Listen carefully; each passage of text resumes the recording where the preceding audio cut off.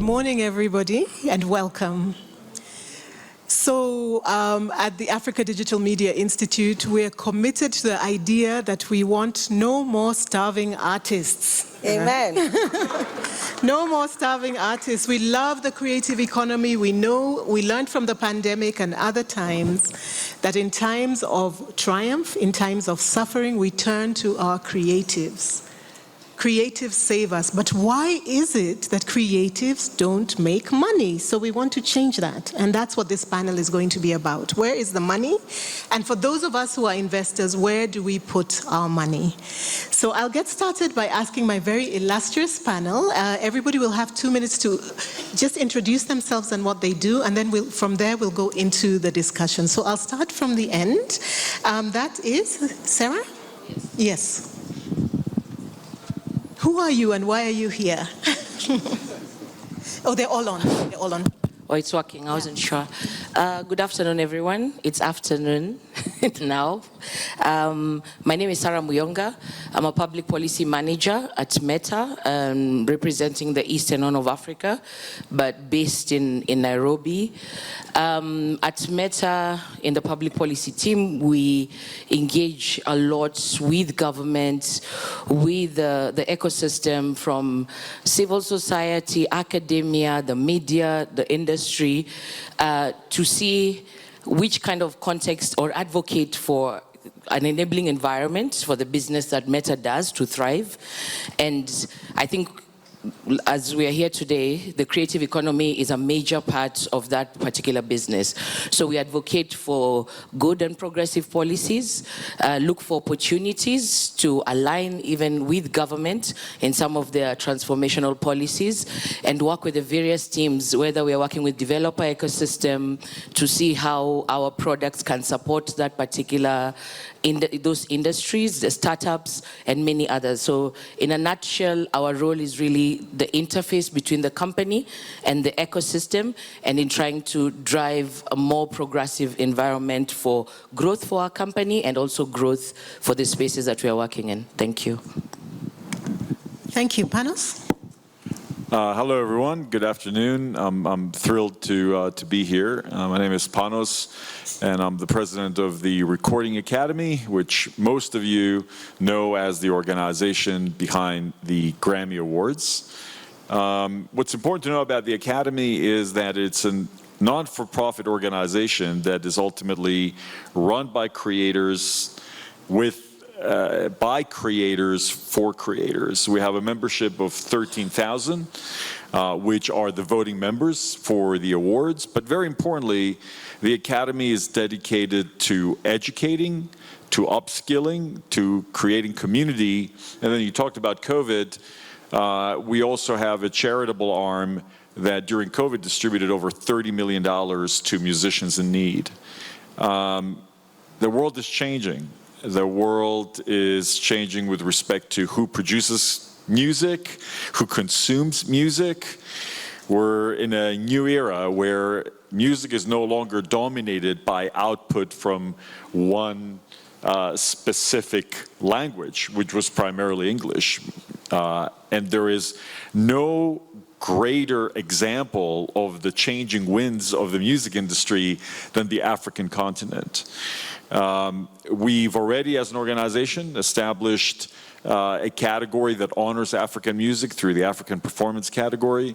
But more importantly, we have ambitions about expanding our membership base, expanding our activities, our programming, our support to accelerate the creative economy of this continent, and in this particular situation, Kenya. I'm a massive believer in the future of the creative economy in the continent. So yeah, I'm excited to dive into conversations, but more importantly, move beyond the conversations into actions. Welcome. Modoni. Good afternoon, everyone. My name is Modoni Carrier. I lead projects for the Royal Media Group, and I'm a techie at heart. However, I lead the side of the business that deals with content. So this is Viusasa, the premier video on demand platform There's also Skiza a Citizen, which works with over 10,000 artists in Kenya.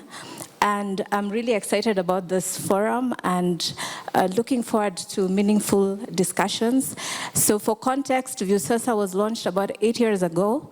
And the idea was to leverage on our 3 TV stations and 13 radio stations to,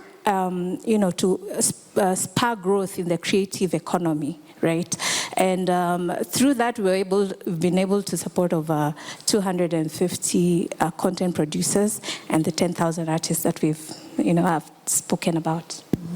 Welcome. Thank you. All right, Martin. Thank you very much. Thank you very much for having me here, and good afternoon, everyone.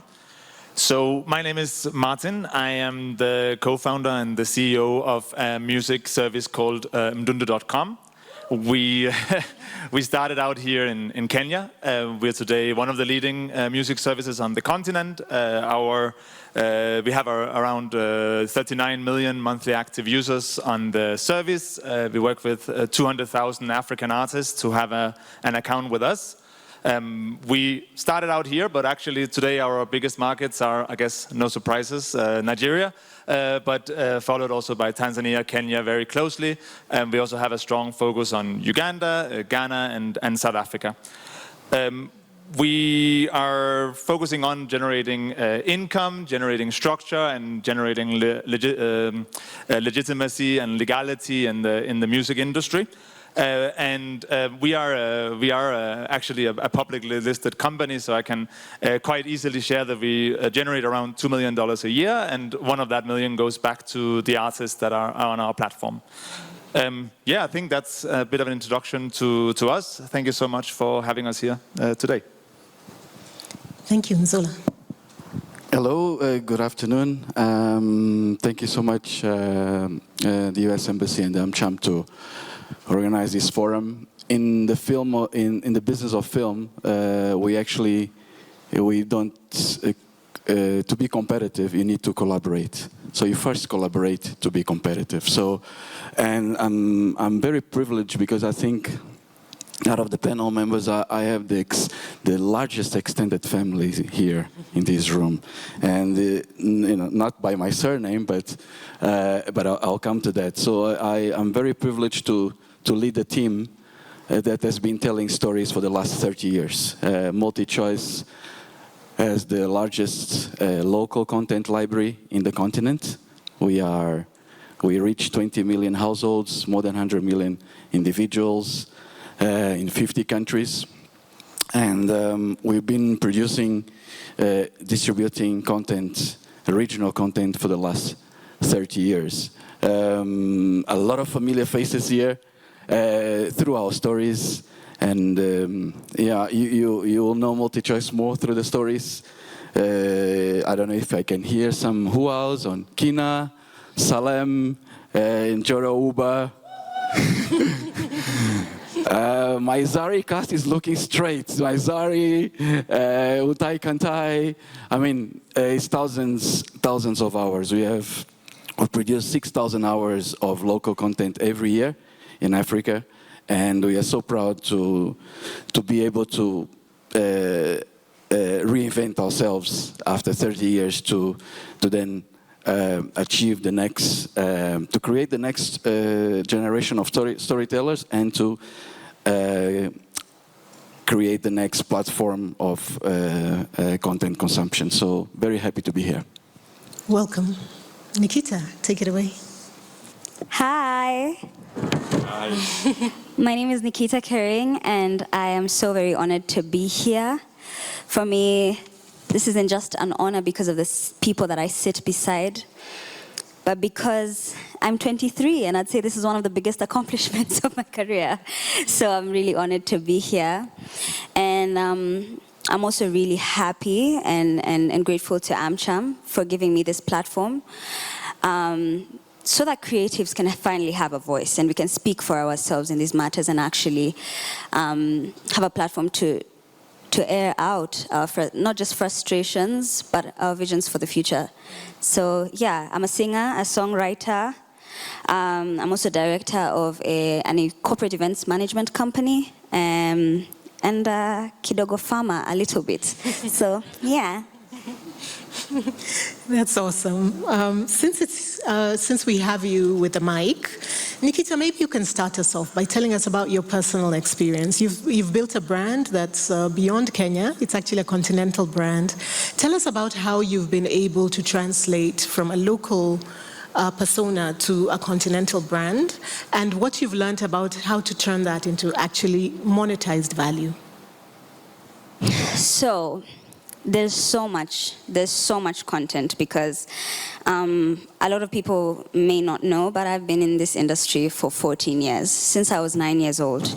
I was a little girl singing gospel music in different churches, touring with Emikos Gay in Eldoret, barely getting paid, not knowing anything about the industry, with my mom managing me. And I've had so many experiences, and music is just one of my passions. I got to learn how to build a brand through the mistakes that we've made over the years.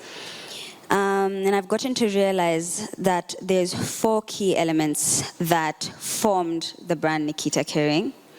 And there's so much more that I could add, but 4 key elements, and that's 1, the talent that kept people interested. There was the brand image that maintained my relevance over the last 14 years. There was the eloquence to be able to communicate my dreams. And lastly, the community that I have formed over the years that has helped me stay relevant, and not just by the music that I'm making, but because they believe in the brand itself. I do not focus necessarily on being the next hit maker. I am really passionate about the music that I make. And I'm not just passionate about the music that I make, I'm passionate about so many things. And so for me, the most important thing was the personal brand. Because many people know that my sound was not the typical Kenyan sound. And I had no interest in conforming to the industry. I had no interest in changing my sound because I was doing it because I liked it, not just because it was a business. So what I did, because my product wasn't necessarily selling in this market, I became the product. So that whatever it is that I am actually selling is viable and is consumable and will continue to entertain, my audience. And that way, I am able to consistently reinvent myself as an artist and not have to rely on the hits that I'm making in the studio. So whatever version of Nikita Kering comes out is welcomed by my audience. And so I just spent a lot of time building this community. And that's why even with the music that I am making, 2 years ago, I'm still finding it resurfacing right now.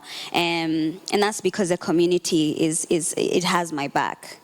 Other than the authenticity and non-conformity, I had to then figure out how people are really going to relate to me. Because the Kenyans were not really consuming the music. They didn't understand it. Not in a bad way, but they just didn't take it in. And so I had to become relatable. I had to bring parts of myself out, talk about my community, where I am from, show my life in the farm, show myself as a Kalenjin and how I'm so proud of that. And because the Kalenjin people are so warm and I guess they love me, they've carried me through that. So even when they didn't understand certain parts of me, they really identified with me and have actually been the core fan base that have really pushed me and stayed with me every step of the way. So there's so much more that I am about and willing to share. Yeah, I can see that's fascinating. So you've raised the idea of the authenticity and that local event first community, but then being able to package the brand and continue to push it beyond limits, but authenticity being the thread. Yes. But having said that, we know that there's many artists who do all that and still are not able to translate that into revenue. So I'll move to Martin next, and we'll just stick with the music group for a while. So you work with many people like Nikita every day. There's nobody like Nikita, but you know what I mean. What would you say about how you've been able to monetize and how what your platform has learned over time about the ability to support artists who have a brand and a following? Yeah, thanks. Well, so I think first and foremost, into the same question. I think the most amazing thing to me about music is, in my view, music is the most popular product category in the world. Everyone likes music. Everyone listens to some music. And so that makes it an extremely amazing product to sell. But as you're correctly saying, it's very, very challenging for many artists to actually generate any kind of income on it. And our approach has been to observe basically observing and following the money to see how is music right now generating revenue, where is it generating revenue, and following also the usage. So how is music currently being consumed, how is it being consumed, and where is it being consumed? And then as a service, we have a choice. Either we want to fight that method, either if it's illegal or is not benefiting the artists, or we got to monetize that method to say, all right, if this is how the customers like to listen to music, can we monetize it? Can we somehow be a part of that ecosystem and therefore actually generate revenue on it for the artists that currently are not? And so, yeah, an example of that for me is if we do look at, for example, illegal sites, we spend a lot of energy to sort of find out how can we remove illegal distributed music from the internet, and how can we make sure that the customer finds us instead of finding an illegal platform to access the content. Another way to do it is to then actually monetize it. So to basically say, if the customer likes to consume music in a certain way, can we create a product that imitates that and thereby monetize it? So one feature that we have is that you can download the music from our site. And we basically just found that if we don't give the customer that option, they'll go and do it from another site that is not generating any revenue. So try and imitate what the customer already knows. And the reason for that is that trying to change the customer behavior, trying to tell a customer to listen to music in a different way is a much, much heavier task than actually trying to tap into how they're currently doing it. And that has been our approach to it. And I think also for this forum, we of course play a role in the digital distribution. But I think when it comes to following the money, it's also important to look at where else is revenue being generated. Because I think there's a lot of revenue being generated within the music industry in Africa, both on social media, for the social media platforms that are selling a huge amount of advertising, but not really necessarily paying their fair share to the artists. Broadcast. I mean, digital is definitely going to be the future, but if you look at the revenue generated from broadcasting within Africa, it's still way, way bigger in terms of actually generating revenue. So how can we ensure that that goes back to the creators? And of course also global exports, which is a super exciting new field that over the last 5, 6, 7, well, I guess even 10 years, we've seen a huge interest in Afrobeats and any other related genres that then can actually be exported into a market where there is a higher revenue generated currently, a higher willingness to, and a higher ability to actually generate revenue on the recording. And benefiting from that has also been very beneficial, but that requires that the artists, you can say, have a strategy around how can we export this outside of Africa as well. So that's our views on how we monetize, grow the revenue and the income for the sector. Yeah, thank you, Martin. That's a good segue to panels. Maybe you can tell us about, we've talked about these regional lessons that we're learning, but how all of us have recognized this global opportunity coming up for African artists. Tell us more about, starting from this thread of the artists having more opportunity to a global stage. Well, I love looking at this panel, Leila, because in many ways it represents the constellation of players that you need to truly develop a creative economy. I mean, first it starts with Nikita, the artist. And I think that, you know, our joint responsibility here is to foster and create an ecosystem that enables Nikita and every other artist to be able to not just connect with an audience, but ultimately develop a sustainable career, a long career, and as Nikita was saying, in an authentic way. From the Recording Academy perspective, ultimately, we're not a streaming organization, we're not a record label, we're not a royalty collection service. What we are is ultimately a coordinating mechanism. And right now, the primary sphere of influence of the Academy, even though the Grammys are a globally renowned institution, but our primary activities have centered in North and Latin America. And that's in the form of creating community, by having 13,000 members, creating programming for them, but then also, as I mentioned earlier, support through entities like Music Cares, which is our charity, but then very importantly, advocacy, and that is creating and having a collective voice of our community to work with policymakers to advance legislation that supports the development of a creative economy. Our interest in the African continent, because as Martin was saying, the winds are blowing in this direction. Massive youth population, enormous burst of creativity that arguably has been here since the dawn of humanity. But our interest is to expand our recruitment and expand our presence in the continent so that you can create a long-term sustainable economy. And for that, it takes every single player that's here, from, you know, Nikita, of course, the artist, Sarah and Zola, Martin, Mutoni, because and I think what we're missing here is government. There is an important role that government can play in being this accelerator.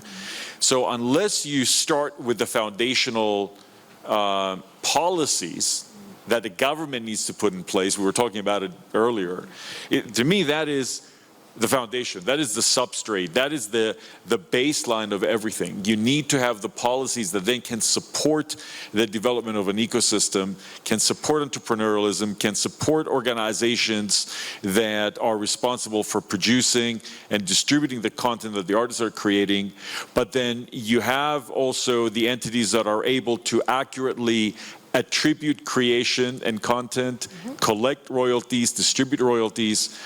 And the West, for all of its multi-billion-dollar industry that exists around music, there's still an enormous amount of revenue leakage that's happening because royalties are not always collected and they're not always distributed in the most efficient way. I actually think that in Africa, there's a massive opportunity because you're not burdened with 130 years of infrastructure that needs to somehow be appended to create the next level royalty collection service, to create the next level content distribution entity. We see the mobile penetration that exists in the continent.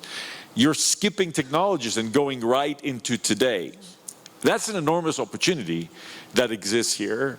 And we are keen, as I said, we're a not-for-profit organization. Our sole mission is to advocate for creators, is to celebrate the output, the collective output that they have, is to elevate consciousness of music as, for me, the highest expression of humanity, and put it up there.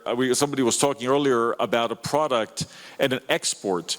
Right now, there is an enormous, I'll use the words of the American government, there's an enormous trade imbalance, if you will. There's a lot of import, but not enough export from the continent. Let's fix that. Let's change that. Yeah. Amazing, amazing. Okay, so we will transition now a little bit into audiovisual. And I think I'll start with you, Muthoni. If you could tell us about Viusasa and what you're learning about kind of having the back of creatives and making sure that money gets into their hands. What have you learned? So Viusasa started about 8 years ago, and back then it was not normal for your regular Kenyan to pay for content, right? And so it's been a very long journey of educating people that they need to pay for content, and that money needs to get to the hands of the content producers and the artists, and that had been the biggest challenge, right? The other thing we noticed is that, we created a platform, optimized it, but at the same time, maybe just use numbers, just to put a perspective into it. Our mobile penetration in this country is at 121%.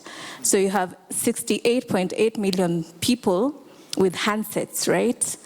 However, the data or online penetration is only at 48%. So what does that tell us? Is that there's an issue when it comes to data, right? And for us as Viusasa, you require data to access the content. So that became the biggest hindrance to distributing content. And in return now, of course, affected the amount of revenue that will go back to the artists. And so our key learning, and the biggest learning we've taken in the last 8 years, is that we need to collaborate. And so what does that look like? So first is collaborating with mobile network operators to try and get the cost of data to come down.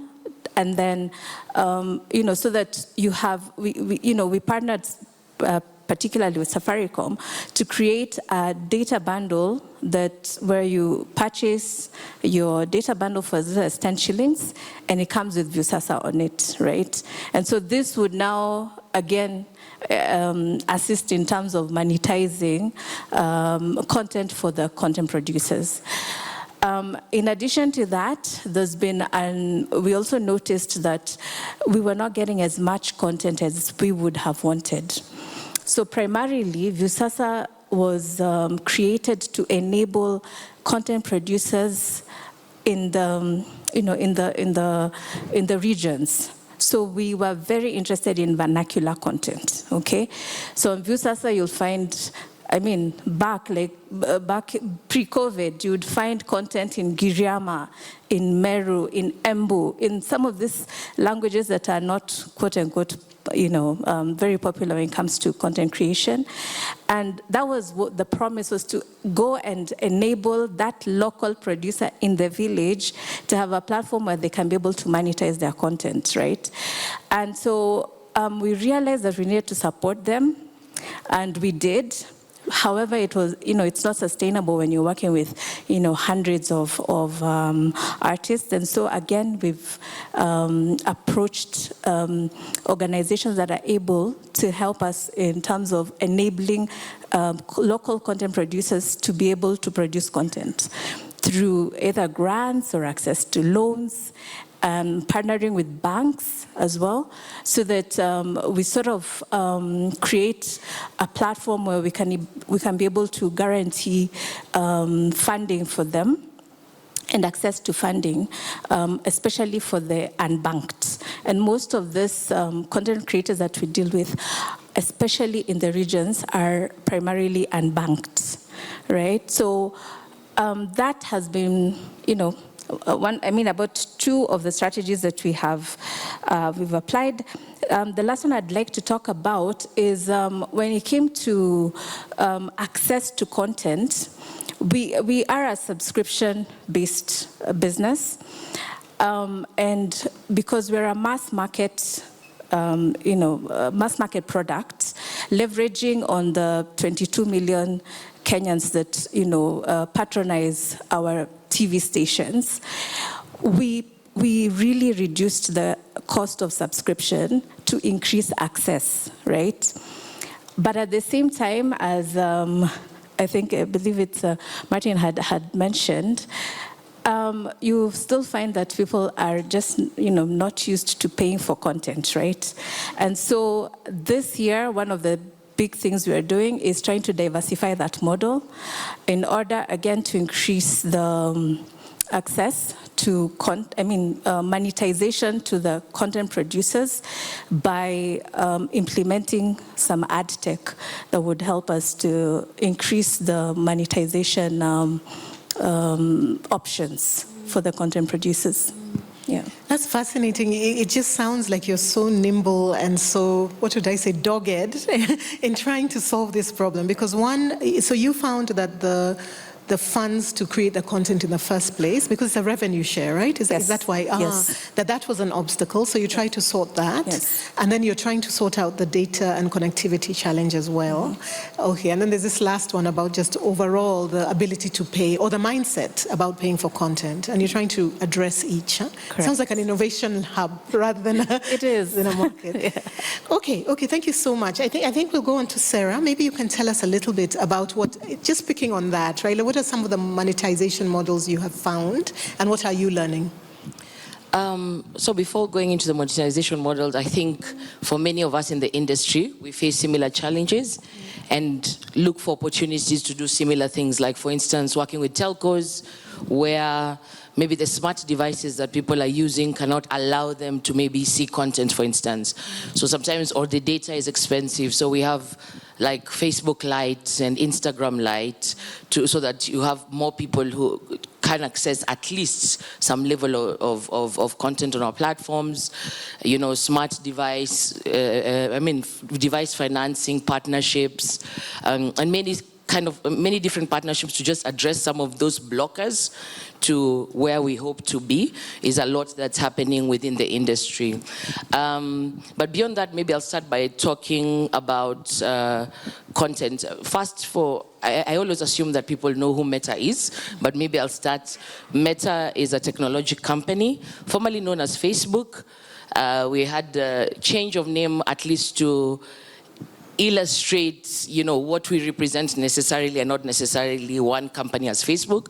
We have the family of apps that's WhatsApp, Instagram, Facebook Messenger, now Threads, and then there's really the technology side of it. We're building large language models and really trying to be a front runner in the AI space. So that's who we are.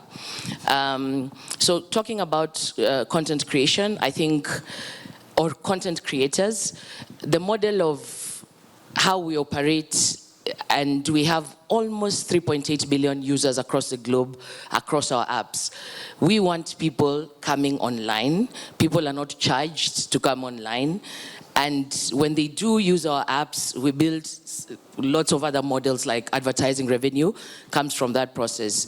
So we care a lot about content creators because they create content that keep people coming back to our app. We want to see diversity, we want to see culture, we want to see local nuances, because, for instance, I go online a lot to maybe see Kenyan artists, or I'm interested, sometimes I discover artists from South America. So there are a lot of opportunities in that space, but at the same time, a lot that benefits the platform, and it becomes key for us to try and see how to support that, because it's almost like a flywheel. The more, original, exciting content that's created on our platforms, the more people come on our platforms. So then how do we try to sustain that? And hence why in about 2017, we started having very sort of focused programs on how do content creators earn revenue on our platforms. So we've had monetization programs across the globe. In sub-Saharan Africa, maybe in the past 2-3 years, we initially had like a managed partners program. We had about 150 creators across the globe, across the continent, more like a piloting of some sort, and we would support those specific creators, through training on how to maximize our platforms, the kind of content that people maybe find engaging, the tools that they need, and how to protect their pages and things like that. But in more recent years, and I think also giving credit where it's due, we've started seeing governments having a very strong push towards having some of the products that were in the global north in the global south. So for instance, we've had lots of discussions like with President Ruto, all the way to our top leadership, demanding or making requests to see more of creators in our region getting paid, getting on this product. So based on also that push, there's been a very quick expansion of monetization on the continent. We have at least now 10 countries, and I think we're still in the process of expanding to more countries across Africa. And more and more people can monetize the country. So we kind of stopped only focusing on a pilot and now expanding to more countries. So back to your question in terms of what are the trends, I think in Kenya, Facebook monetization was launched sometime last year in August. There's still a lot that's going on because the company is also looking at what we are now calling a unified program. Initially, we had small different ways you could monetize, either from a performance-based model or ads specifically, where you'd have, initially we started with ad breaks. So you'd watch something, maybe like traditional TV, an ad comes in there, and there's almost a revenue share from that model. And then Reels came about. I don't know how many of you engage with social media. We started monetizing on that. But more and more, we have realized that it's confusing. It's a lot. People are missing the opportunities. So we're unifying the whole program so that when you're enrolled in monetization, you can monetize across these programs. And we are also introducing more formats that you could monetize on. Before, we could only monetize on videos. Now you can monetize on text. You can monetize on pictures, and a broad range of things. So I think some of the trends we've noticed in Kenya specifically is, of course, I'm Kenyan, proud to be Kenyan, but giving credit to the creativity of Kenyans. We're seeing a lot more local content.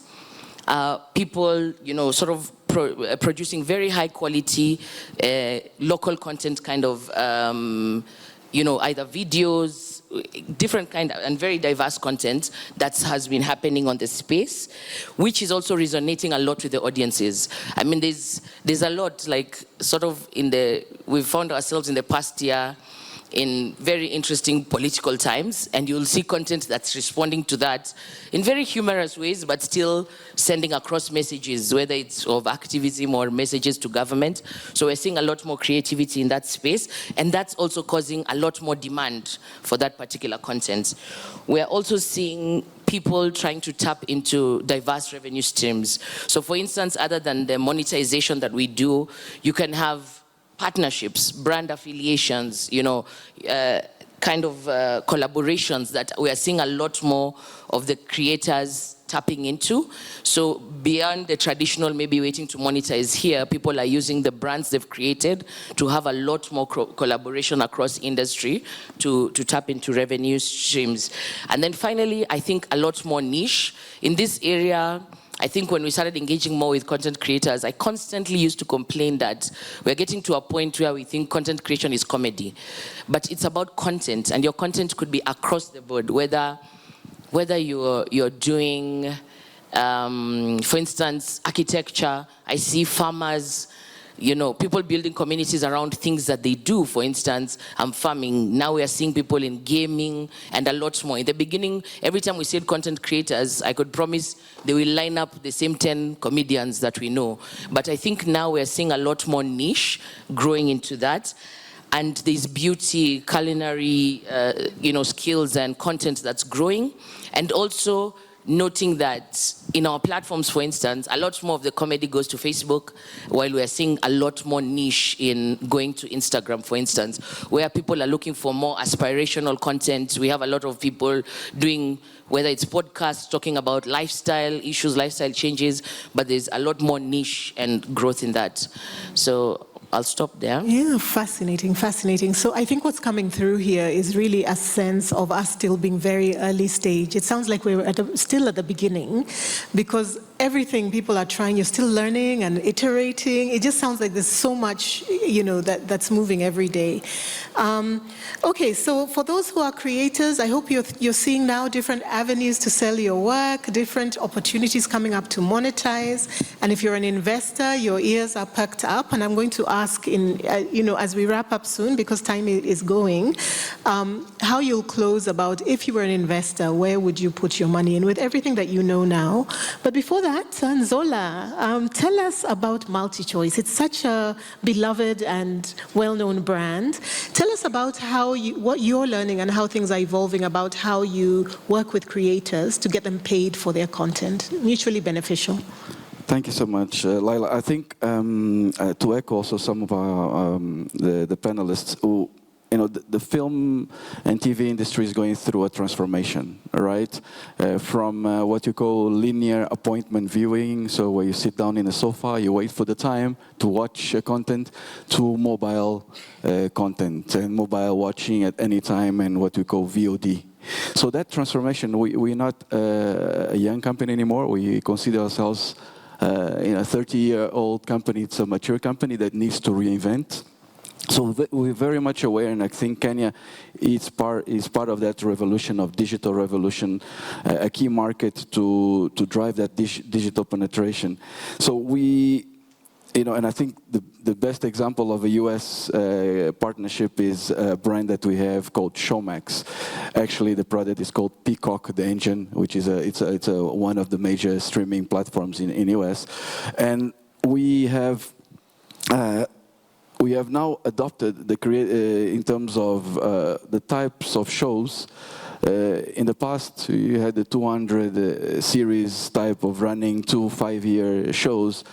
When you go to the mobile environment, the attention span is much shorter. So we're now producing, and we're now asking the creatives to produce shorter formats, even types of genres, different genres. I think we have, we gain a lot of viewership around new type of formats, and even beyond Kenya. I remember once, I don't know if there are any fans of Real Housewives of Nairobi, but there was a #3 most watched show in South Africa. So guys, it's really going beyond, and in this new format. So and I think that's with the Pan-African view that we want creators to have. You are not creating for just the local market. And I think Tosh was talking about the US. We really have to capture the African market. We have the platform, and I think that's the streaming goes beyond borders.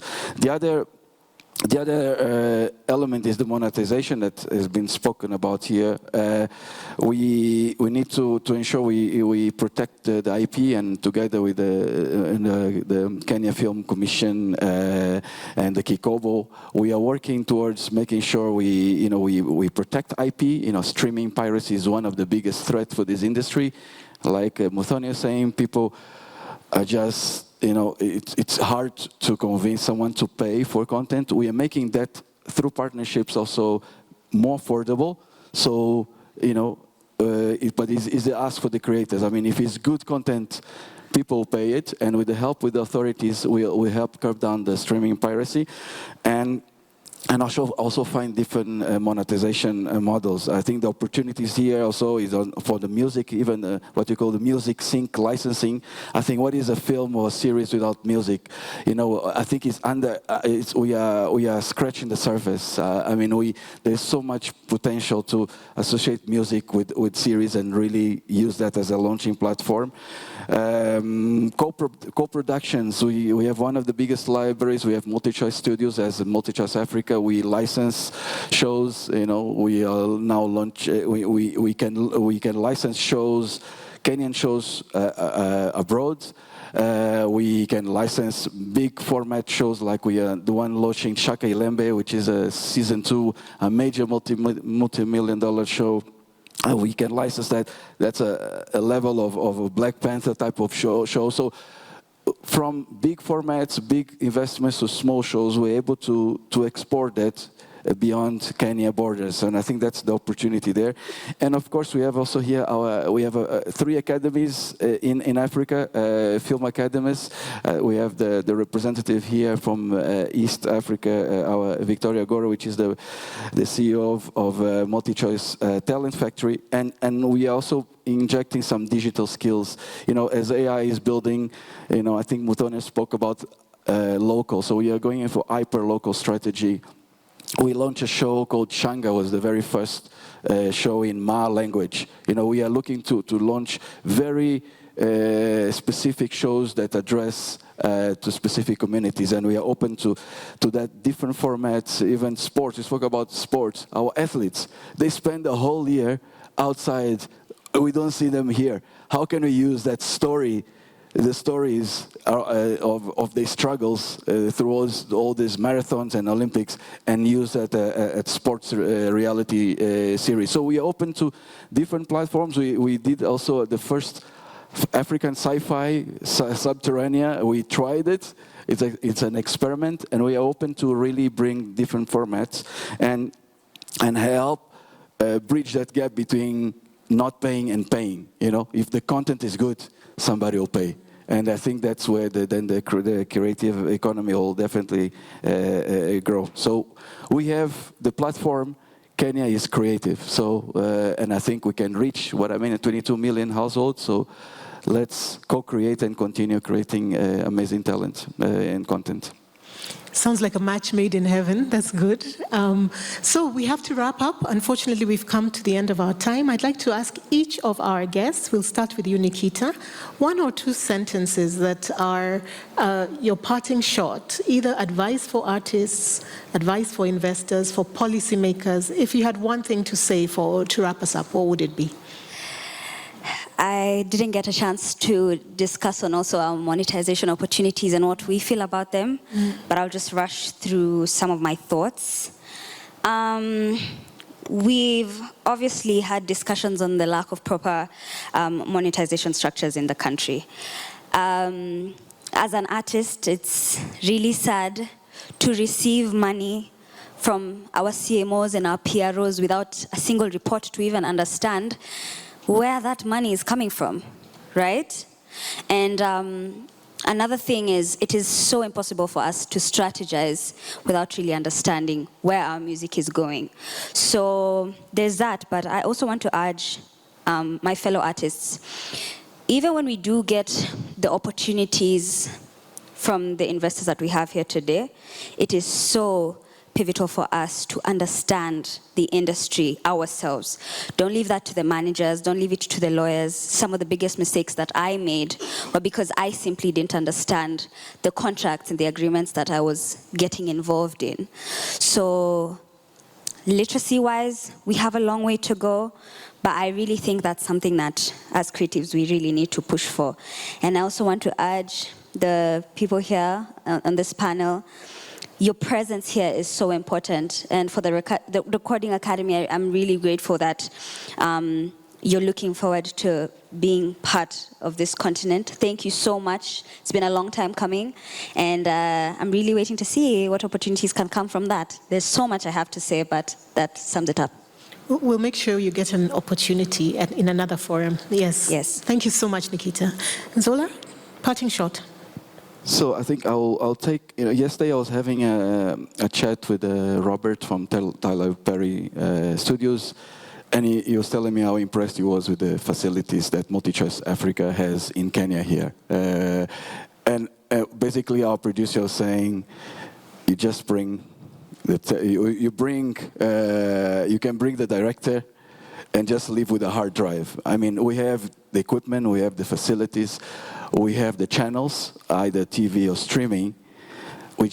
And the creativity is already here, like we said. It's authentic, and we just need to understand what is that magic formula to turn the creativity into something that customers will buy. So we are happy and to continue collaborate with US and beyond companies to really bring Kenyan talent into the global stage. Thank you. Martin.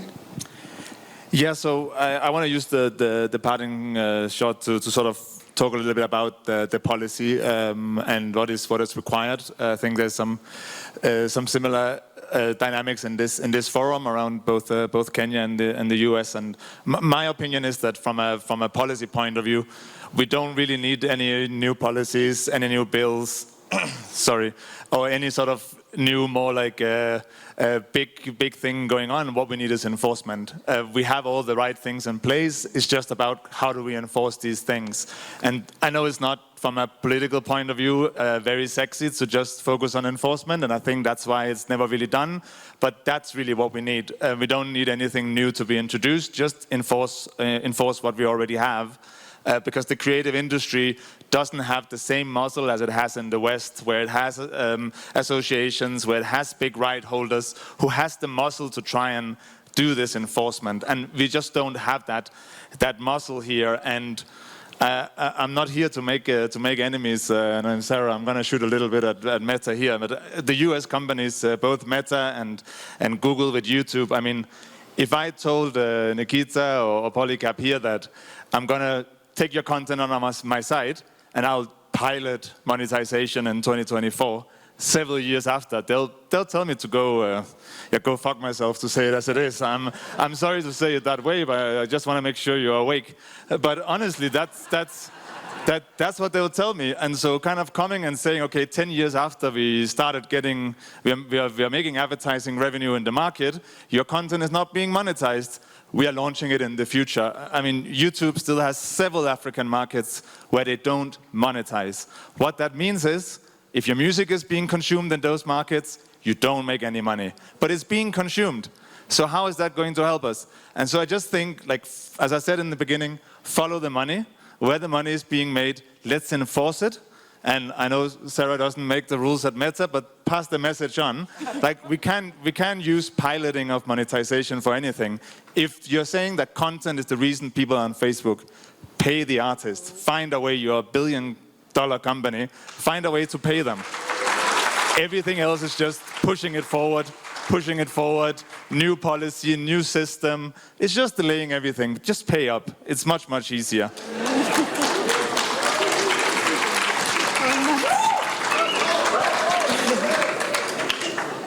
Okay, Muthoni, parting shot. Parting shot, following up to that. I think in addition to that is just to say that we are, and I'm sure you can tell from what I discussed earlier, that we are CP and artist-centered and centric. And so we are very agile as Viusasa, as Skiza and Citizen, as RMS, open to coming up with monetization models that are for the artists, and this has been, demonstrated before, even in terms of, sponsoring bills that would help with monetization on the Skiza platform. But I think that the future is in collaboration. So whether it's with the artists, with with financial institutions, with technology companies, we cannot do anything alone. We'll go further when we collaborate. And so yes, I'm looking forward to having interesting discussions around how we can collaborate going forward. Thank you. Thank you. Panos, parting shot? I always hate standing between people and their lunchtime, so I'll try and keep it really short, because you asked about artists and you asked about investors. I'm going to keep it focused. If you're an artist, I think to Nikita's point, it's important that you educate yourself about, if this is an aspiration to have it as a career, then it's important to understand ultimately the business side of the business. And there needs to be a serious discussion ultimately about the various revenue streams that come to you as an artist. I mean, we talk a lot about royalty collection. We're talking about publishing, we're talking about streaming, but we haven't talked at all about live music, which is still the largest revenue generator for an artist. And I know Martin talked about we don't need new legislation. I disagree with that. I think that there's a lot of legislation on a Pan-African basis that can be improved so that you can accelerate income generation for artists. From an investor standpoint, so I would say educate yourself, build community. That's, again, from our organization, that's what we care about. How do you build community? Because more voices are stronger than one voice. And to achieve the dreams that we all have, because ultimately everybody on this stage is dependent on an artist in order to generate that revenue. Even the Grammys, well, we need amazing artists to be on that show because that's ultimately how we generate 90% of the revenue for a not-for-profit organization. So it starts with an artist. If you're an investor, I'll use a term from one of my favorite all-time producers, a guy called Brian Eno, that says it's gardening, not architecture, meaning that you will have to plant a lot of seeds in different places and see what sprouts. Don't be dogmatic. And Leila, you told me something earlier that I loved. You have to be like water, you have to adapt. And I think in a continent like Africa, that flexibility and not rigidity is going to be important. And then my parting shot is, I know I said I wasn't going to talk too much, it is about ecosystem. I am such a believer. It's not about one winning at the expense of the other. An ecosystem requires everybody to collaborate, everybody to give up a bit, and everybody to get a lot too. But it's not about streaming versus artist, artist versus label, label versus publisher, publisher versus fans, whatever it is. We all need this ecosystem to be developed, and that's what we need to be focused on. And then lastly, we need government to play a role in it. Thank you. Okay, Sarah, you don't make the rules, but you get the last word. And to be frank, it will not be a real panel if Meta is not attacked. So thank you very much.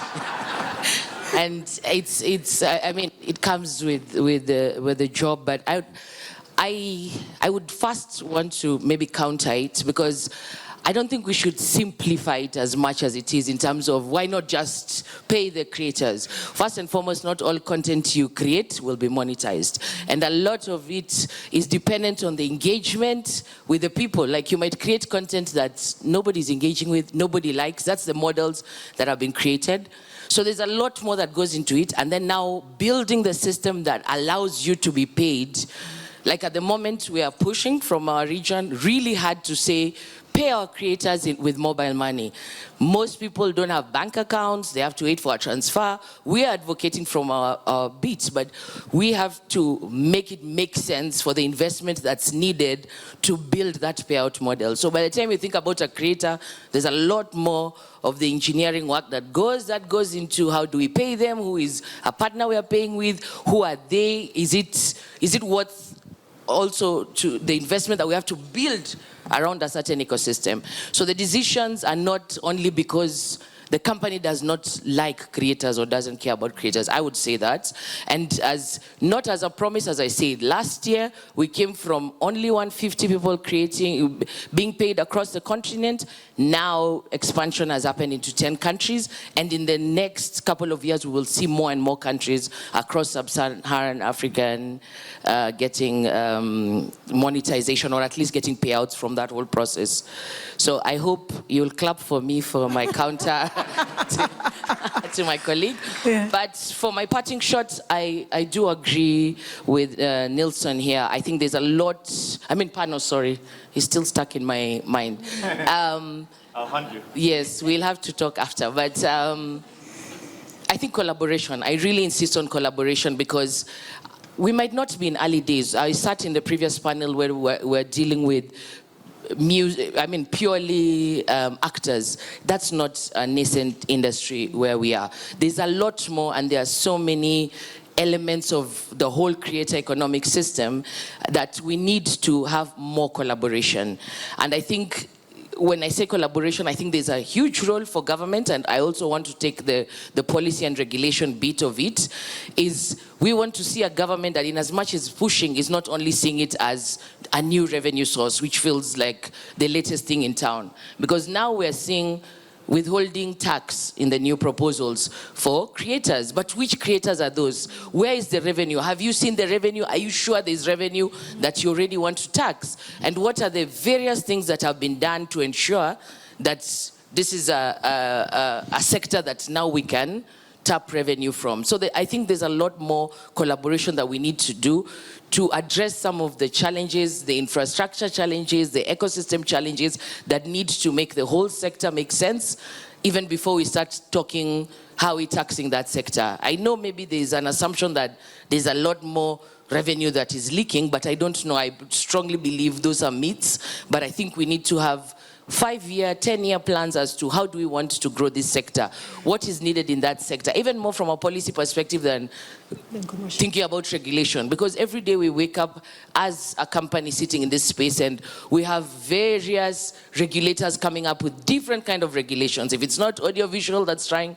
to do this, it's maybe the communication authorities, the media authority. Every day you're being dragged in different directions, but I think maybe a holistic approach as to what is needed for the sector, from how do we grow it to everything before we decide what are the harms in the sector to start the regulation. That's so where I'll stop. collaboration and ecosystem building on that. Okay, audience, you've been very patient. Lunch is pending. I want to thank my wonderful, wonderful panel. We really had a broad scope, but I think you covered it very well. Thanking you all very much. And handing it over back to June. Thank you, everyone.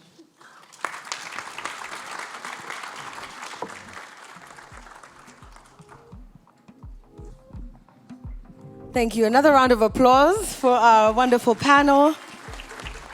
And a big round of applause to our moderator for doing that in exactly 60 minutes.